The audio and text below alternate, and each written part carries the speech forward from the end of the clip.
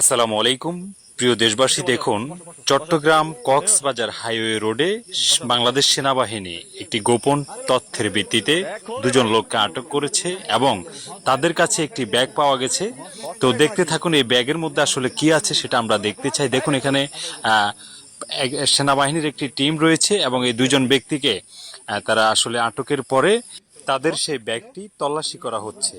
দেখুন আসলে এই ব্যাগের মধ্যে তথ্য অনুযায়ী কিছু বৈদেশিক মুদ্রা থাকার কথা রয়েছে। তো সেই হিসাবে আমরা ধারণা করছি যে বৈদেশিক মুদ্রাগুলো থাকার কথা সেটি রয়েছে। আপনারা দেখতে পাচ্ছেন, দেখুন যদি আমি একটু ভালোভাবে কাছ থেকে দেখাই, দেখতে পাচ্ছেন স্পষ্টভাবে কিছু ইউএস ডলার দেখা যাচ্ছে।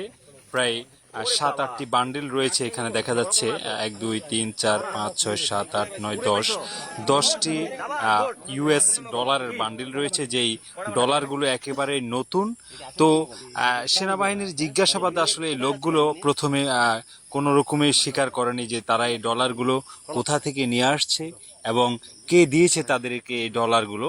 তো একটা পর্যায়ে সেনাবাহিনী যখন তাদের উপরে আসলে প্রেশার দিয়েছে তখন তারা বলতে বাধ্য হয়। আর যে দুজন লোককে আপনারা দেখছেন এখানে, এই মুহূর্তে যে লোকটিকে আপনারা দেখছেন নীল কালার শার্ট পরা, তিনি একজন উপজাতি এবং আরেকজন লোক যে বসে আছে, এই যে এই মুহূর্তে বাম পাশে যে লোকটিকে আপনারা দেখছেন তিনি বাঙালি। তো দুজনের সমন্বয়ে আসলে এই কাজটি তারা করতে চাচ্ছে এবং অনেক বড় একটি চক্র তাদের মাধ্যমে এই কাজটি করাচ্ছে। তো আপনারা দেখতে পাচ্ছেন এখানে বাংলা ইউএস ডলার প্রায় 80,000 ইউএস ডলার রয়েছে। চিন্তা করুন বাংলা টাকায় প্রায় আপনার 8 লক্ষ টাকারও অনেক বেশি। তো সেনাবাহিনীর কাছে আসলে গোপন সূত্রে যে তথ্য ছিল, তারা সেই তথ্য অনুযায়ী এই লোকগুলোকে আটক করে এবং তথ্য মোতাবেক সেই ডলারগুলো তাদের কাছ থেকে পাওয়া যায় এবং এতে কিছু মোবাইল, সিগারেট সহ বাংলা টাকা রয়েছে, যেটি আপনারা দেখতে পাচ্ছেন।